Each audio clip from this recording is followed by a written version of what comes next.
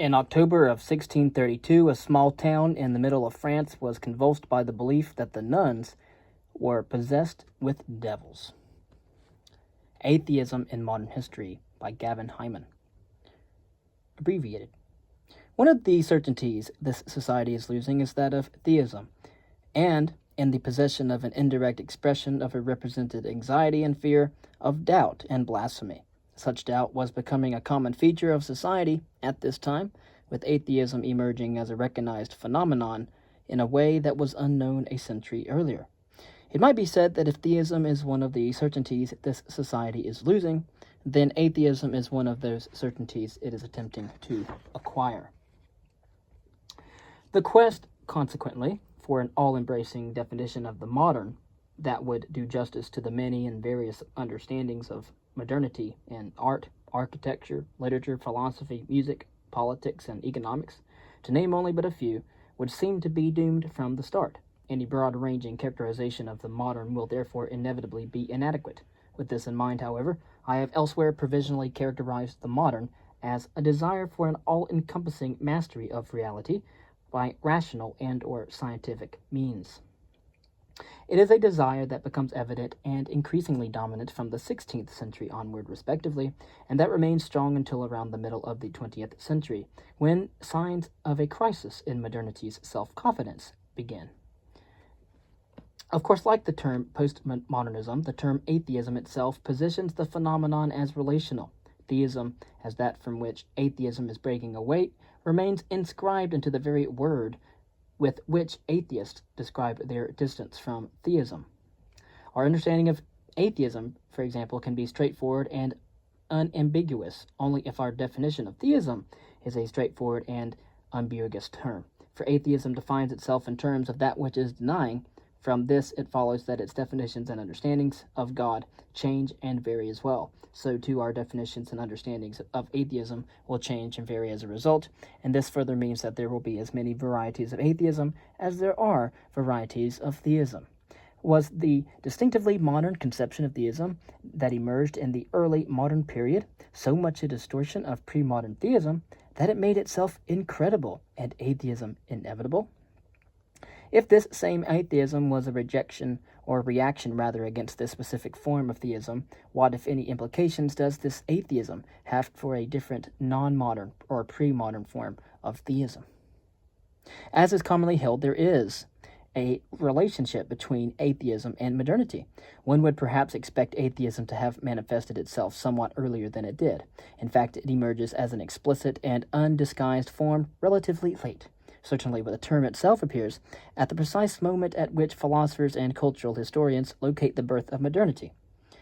For example, Michael J. Buckley traces its first use in England to the Greek scholar Sir John Cheke in a translation of Plutarch's On Superstition in the year 1540.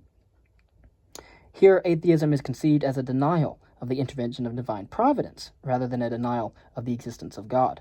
Indeed, in this period, both in England and France, for example, the term atheism usually denoted heresy, rather than an outright denial of theism. Of course, as a term of self-definition, a declaration of one's own belief, or lack thereof, it does not really appear until the mid-18th century, when it is found among Denis Diderot, who is widely recognized as being the first explicit and self-confessedly atheist philosopher. Diderot is the first of the atheists, not simply in chronological reckoning, but as an initial and premier advocate and influencer. Diderot claimed to be bringing mathematical physics of Descartes and the universal mechanics of Newton to their logical conclusions. He freed the former from its unwarranted metaphysics, and the latter from an urge to point beyond itself to what at the time would be termed non-mechanical principles. Of course, Diderot's atheism was a consequence of his intellectual integrity and a disinterested quest for truth. Diderot reached his atheistic conclusions by furthering and investigating, as well as intensifying the insights of Descartes and Newton, the very thinkers upon whom Christians depended as modern defenders of their faith. But those who were unable to subscribe to orthodox theism preferred to describe themselves preferably as secularist. Thomas Huxley, for example, was unhappy as well with the term atheism because it made a definitive metaphysical claim about the non-existence of God for which there was insufficient evidence. These concerns led to coin a new term called agnosticism, suggesting a metaphysical unknowing, an alternative intellectual disposition for those unable to profess belief in theism. Of course, as the social axis shifted in late Victorian times, agnosticism was to become the new faith. And, of course, atheisms, for example, concerning atheism, some were committed to making it a respectable and acceptable outlook. For example, the first explicitly and self-confessedly atheist member of the British Parliament was Charles Bradlaugh. And by the 19th century, atheism was a respectable intellectual position, still far from widespread as a cultural phenomenon, and remained the preserve of the intellectual elite. However, on the contrary, in Victorian England, for example, the working classes were notoriously irreligious. And of course, it seems not that the working classes were atheistic or positively anti-religious. Of course, this comes from the census made in the year 1851. Of course. So they weren't necessarily atheistic or positively anti-religious. Their collective attitude was one of indifference. And as the 19th century turned into the 20th century, Nietzsche, for example, aware that a new spirit was stirring, Nietzsche and foresaw that religious impotence or uninterest would not remain a private or an isolated phenomenon, that it would increasingly characterize the educated intellect, and that its influence would eventually fall upon every routine aspect of civilization itself. Yet Nietzsche's prophecies did not come to fruition for at least another 60 years. What may be described as the age of atheism did not become a reality until really the last 40 years of the 20th century. So around the time of the 1960s, there emerged a radical godlessness that was, by world historical standards, extremely unique. It does not seem that the modern sensibility, a good word to use here, always brings with it a necessary commitment to atheism. On the contrary, the cultural, philosophical, and scientific primacy of modernity had been established for several centuries before atheism had become a widely recognized fact. And it seems better to view modernity as an always onward moving sensibility, or a process, the end point of which is atheism. Of course, many, it seems, are dissatisfied with atheism as the final truth of the human condition. It has long been common to attribute the origins of philosophical and theological modernity to Descartes. The Cartesian revolution was, in fact, the rejection of a theological methodology. And Descartes rejected Aquinas' century-old methodology in favor of the development of an epistemology and theology on the basis of reason alone, not by scripture or faith alone, or glory alone, for Christ alone would be the what Martin Luther would have said. Of course, Descartes is here speaking about having reason alone, development based on the basis of reason, and properly understood in the context of the historical circumstances in which Descartes was writing. Of course, we want to read 16th century literature, and you might want to look at Descartes' Meditations. Of course, the psychological effects of the Reformation, for example, of the 16th century, respectively, and onward, was particularly devastating. The traditional and distinctive aversion to doctrinal pluralism meant that the two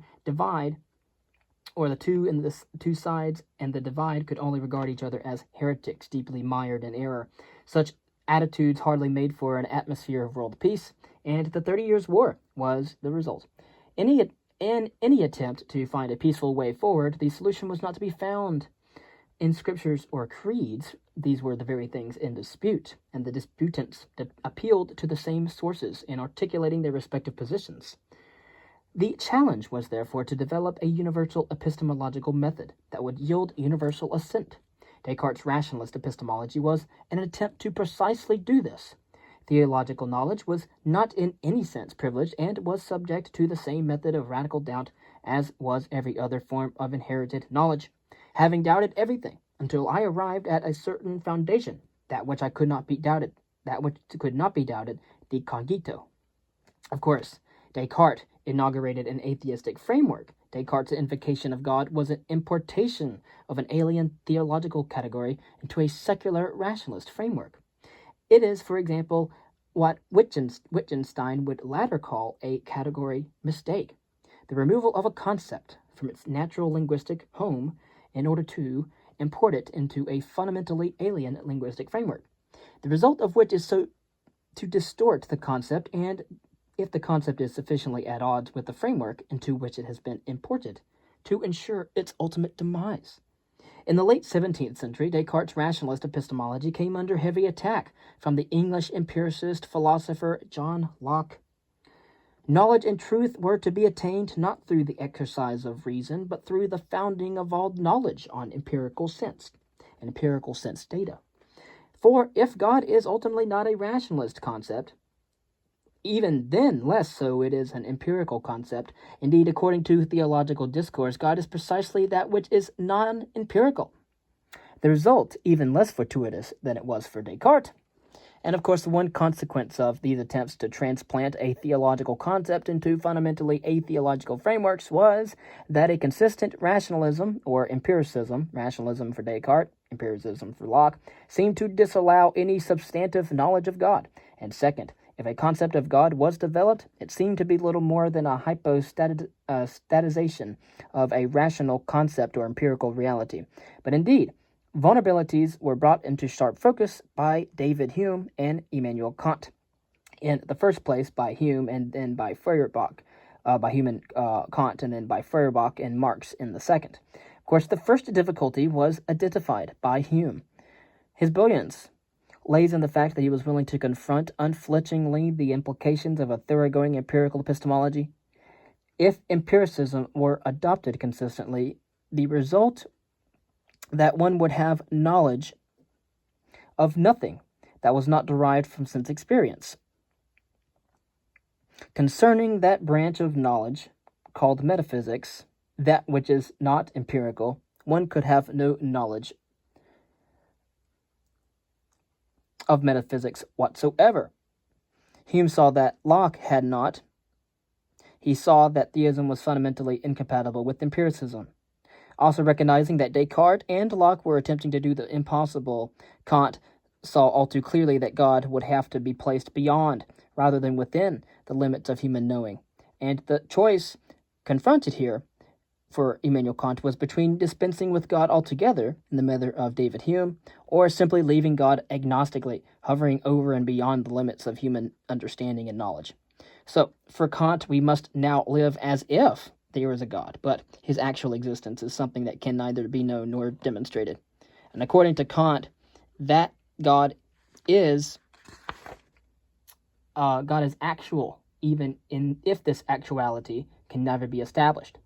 And of course, in the 19th century, of course, you have Hegel, but one of the most prominent thinkers was Ludwig Feuerbach, whose critique of theism, for example, we would see in his writings, he saw God as an incoherent amalgam of personal, active, quasi-anthropomorphic attributes on the one hand, and an impersonal ultimate reality that is perfect, timeless, and changeless or immutable on the other. He reconceived theology as anthropology, regarding the traditional attributes of God as the best and highest attributes of humanity, personified and projected into the infinity to produce what has become known as theism. For Feuerbach, theism was a projection of humanity. For Karl Marx, it was an ideology, an opioid, and a reflection of the economic base. It endorsed the capitalist order by teaching that all worldly authority, for example, is ordained by God or of God, and as such is to be respected and obeyed by humanity, of course. And the worldly hierarchy both reflects and participates in the divine hierarchy, with each person being divinely appointed to their appropriate position within this hierarchy. Theism then also served as a compensation for those who occupied a lowly position within this hierarchy. Its rituals and consolations provided an amelioration of earthly suffering, as well as a compensatory promise of eternal bliss. Feuerbach and Marx, for them, theism is an unjustified abstraction from reality. Of course, it is necessary to clarify what conception of God modern atheism rejects. And so we're thinking about the Christian God, that of Thomas Aquinas. Language is for Aquinas inadequate. Nothing can be said about God.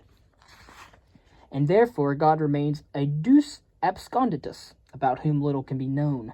They claimed that what they knew about God, be it much or little, to be clear and distinct ideas of God. Of course, all the modern theology, along with philosophy and science, was an arena of vigorous disagreement and debate. This was nonetheless conducted against a commonly accepted backdrop where the domestication of God seems to be taken for granted.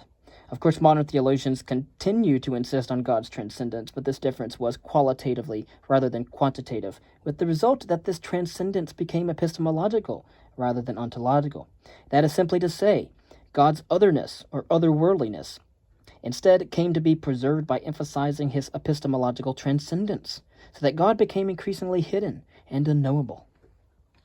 And of course, we're talking about a lot of different writers here. This is the emergence of atheism in response to theism, as opposed to a theism coming from an atheism. But of course, the God that atheism rejected was a very specific, distinctive, and modern conception of God. As Funkenstein comments, it is clear why a God describable in unequivocal terms, or even given physical features and functions, eventually became all the easier to discard. As a scientific hypothesis, he was later shown to be superfluous. As a being, he was shown to be a mere hypostatization of rational, social, psychological ideals and images. Was theology invaded by the alien powers of secular philosophy and science, giving rise to this quasi-philosophical and quasi-scientific God? Theism forced to prostitute itself to external attacks?